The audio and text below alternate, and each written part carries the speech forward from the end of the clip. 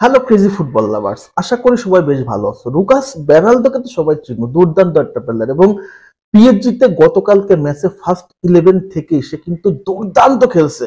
তার defence line আপটা দেখলে মনে হচ্ছিল যে আসলে প্রাইম মালদিনিকে দেখতে পারতেছি। কি অসাধারণ আসলে ট্যাকেল, কি অসাধারণ তার আসলে গতকালকে পারফরমেন্স ছিল এবং সেখান থেকে একটা গোলও করছে।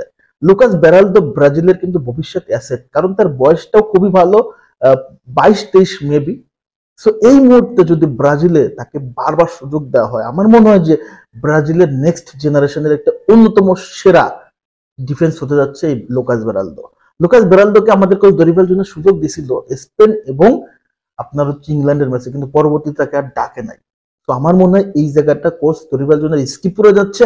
খুব ইমিডিয়েটলি লুকাস বেরালদোকে এই মুহূর্তে জাতীয় দলে ডাকা দরকার বলে আমি মনে করতেছি।